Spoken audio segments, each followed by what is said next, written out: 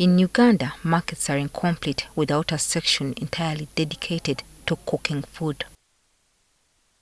And in Chireka Mini Market along the Kampala-Jinja Highway, it is indeed a similar sight. Here, we learn that many of these women have been in this business for the last 10 years and are quite familiar with the ins and outs of the trade. We asked the ladies to tell us some of the hygiene considerations that they put in place as they cook their food. I wash it and then put it in banana leaves before cooking it. The food is on fire all the time. At any time the customer comes and requests for food, they will find it hot.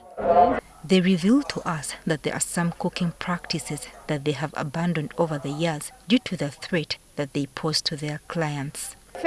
We all use banana leaves. No one uses polythene bags because they can make people sick. Apart from maintaining food hygiene, the ladies explain that their own personal hygiene is also paramount. The health personnel from Chida municipality pass through the market from time to time and subject these women to health checks to ensure that they are not suffering from any airborne diseases which are easily transferable to the food. When they come to us, they do blood tests to check for diseases like typhoid and TB. Then they issue you with a certificate. But whereas markets have gone to great lengths to maintain food safety, we sought to find out if the consumers themselves have given thought to this issue. Cleanliness is important because whenever you eat clean food, your body is also protected from diseases. The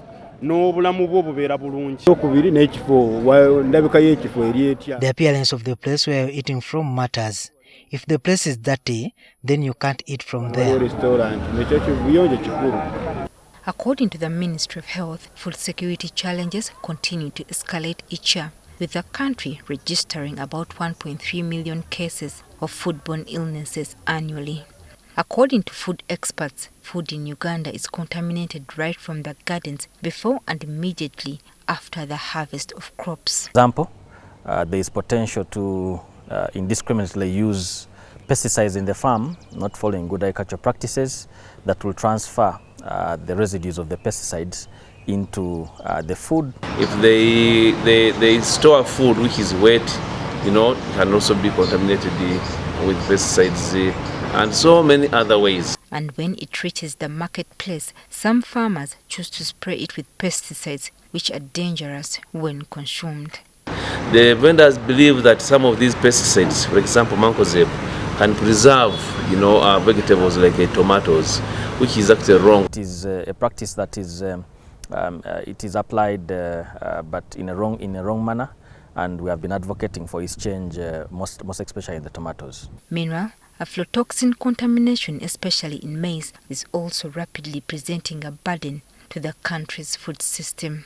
Whereas a number of regulation and regulatory authorities have been established to promote food safety, experts fear that this mandate has not been fulfilled, which is exposing Ugandans to danger. I think we need to review these policies and laws to make sure that we incorporate food safety as a main issue.